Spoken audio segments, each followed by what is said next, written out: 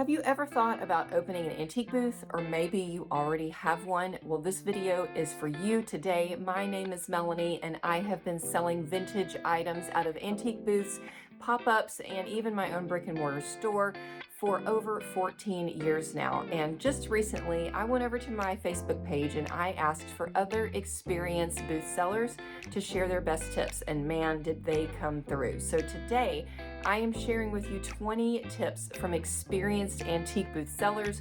We're going to go through these rapid fire. All right, tip number one, you want to start small. So start with a smaller booth space. This helps you get started without overspending on a ton of inventory. And as you gain confidence and learn the business, you can always expand later. This is a great way to get going with minimal stress. Tip number two, match your style to the right mall. You want to choose a mall that fits the style that you're going to be selling and your ideal target customer. If your booth does not match what the shoppers walking through that mall expect, then your sales are likely going to be slow.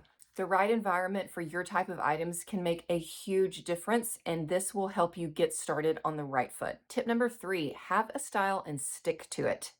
Picking a consistent style or brand for your booth helps customers recognize it. If you just buy everything because it's cheap and you think you can make a few bucks on it, this confuses customers and it makes your booth blend in with all of the other ones, giving it that garage sale look. A cohesive booth, though, tells a stronger visual story, and customers can remember it and tell their friends about it. Tip number four, you want to choose a convenient location. You're going to need to visit your booth regularly to restock. In fact, the more often you're there, generally the better your sales are going to be. So you need to be realistic about how much time you want to spend in the car driving back and forth to your booth space. For new sellers, this is often something that they don't think through. Okay, tip number five, you want to learn how to shop smart. This goes back to picking a style. When you're out shopping for your booth, you have to resist the temptation to just buy anything and everything. Discipline yourself to buy items that are at the right price and that fit with the brand of your booth.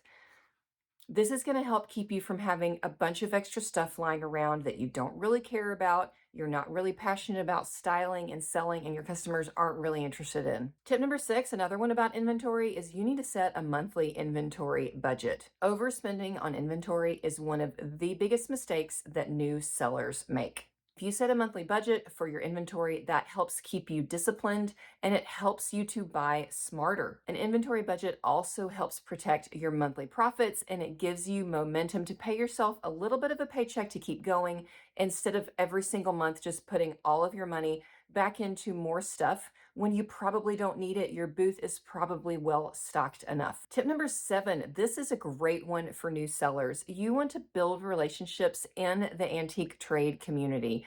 So you need to get to know other dealers, estate sale companies, even owners of other antique malls, anybody that is in this business. You want to let them know what you're looking for. And quite often, when people find something that isn't right for them, but they know it's right for you, you may get first dibs on an item before it even goes up for public sale. Building these relationships can honestly become one of your best sourcing strategies. Tip number eight, as you curate your booth, you want to keep a healthy mix of small, medium, and large items. And that's not just in scale, but also in price. Small items at a lower price point are the things that keep the cash flow of your booth running. These items tend to sell daily. Large items like big furniture pieces, big statement pieces of art, these draw customers into your booth. Then those medium items at the $50 to $150 price point are really the ones that can help boost your profit every month. So if you have balanced inventory, that's really going to help you have more consistent sales every month. So tip number nine, you need to decorate your booth seasonally. Now, this may be earlier than what you think. For example, a lot of people are shopping for Christmas in September and October. People are looking for Easter things in January and February. Get your items restaged for the holidays about 2 months at least before the actual holiday to hit the maximum shopping window. Tip number 10, you want to become an expert at creating vignettes. Instead of just tossing everything that you have on a shelf, you want to group items together and create visually compelling displays. This helps customers see the items in their own home and understand how they can use it, which will help boost your sales. Tip number 11, add some lighting. This is such an easy way to transform your booth. Many malls are dark, especially if you're in the back or if you're in a corner. Add a couple lights to your booth, some lamps, or even some pretty string lights that you can hang.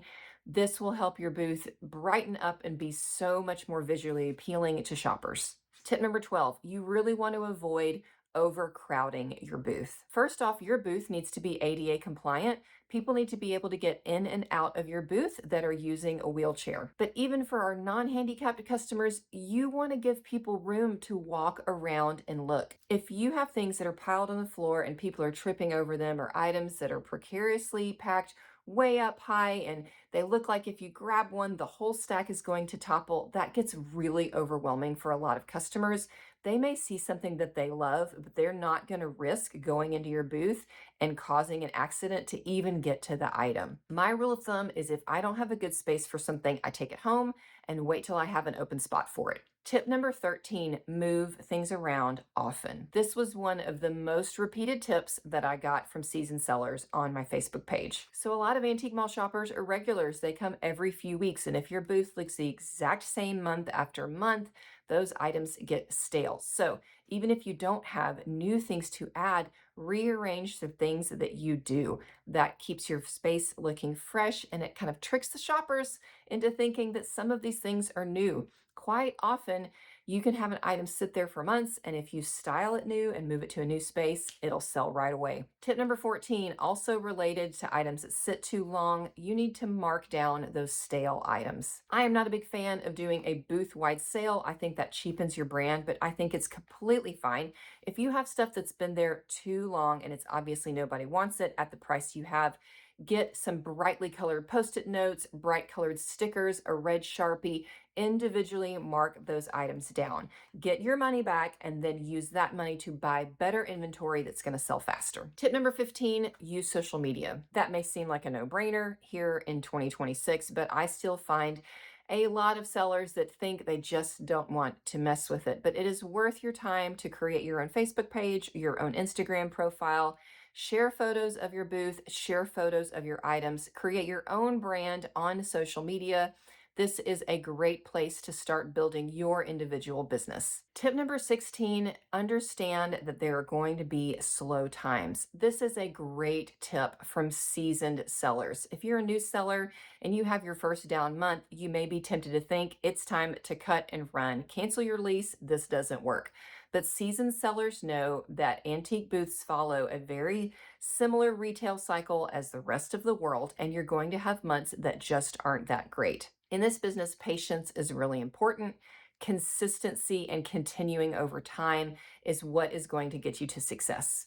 Tip number 17, when you're pricing, check your comps. So a great place to start is by looking online, but then you need to adjust those online prices for your local market. Just because something is for sale for $300 on eBay doesn't mean that it's going to sell for $300 in your booth. However, if you have an item that you aren't sure about, if you take the minute to look it up online and look for comps, that can really help you avoid underpricing something that may be potentially very valuable. Tip number 18, another pricing tip. You want to price for customers and not other dealers. Now, this is something that I'm particularly passionate about. If your booth is too cheap, it's likely to attract other booth owners and other dealers, people like me and you. And while we're great people, we're not really the biggest spenders and we're not always the best shoppers. You want to target collectors and decorators in your booth, the people that are happy to pay a little bit higher because you've already done the hard work of sourcing, cleaning, maybe even repairing these items. Over time, this is a much better customer base for you to build. Tip number 19, track your numbers. You absolutely have to be knowing what you're spending every month if you can evaluate if your booth is successful. You want to track your monthly inventory costs, your expenses, your total sales. This is one of the most important habits that you can start even when you're just starting out in month one. And our last tip, tip number 20, is to work your booth consistently. This is one of those businesses where what you put into it is what you're going to get out of it. Yes, there are people that just drop stuff in their booth and leave it there for months on end, and their sales usually reflect that lack of effort. The sellers that do really well are the ones that are up there continually refreshing their displays, mixing items in and out, redoing their vignettes, and posting on their social media. The more you work your booth, generally the more you're going to sell, and consistency here is really the key. So there you go. There are our top 20 tips shared by seasoned antique booth owners. I would love to hear down in the comments if you've got some more. Let's help this community succeed and do better. And I also want to remind you about my Booth Seller Bootcamp online course that has been around for 6 years now. It is a completely self-paced online course that is geared just towards people that are trying to run their antique booth, not like a hobby, and more like a business. The link for that is down in the bio, and I'll also drop it right up here. If you found this video helpful, please like, consider subscribing, and of course share with your booth friends. This is an amazing business to be in, and I love sharing these tips with you. Thanks for watching today, and I'll see you back soon.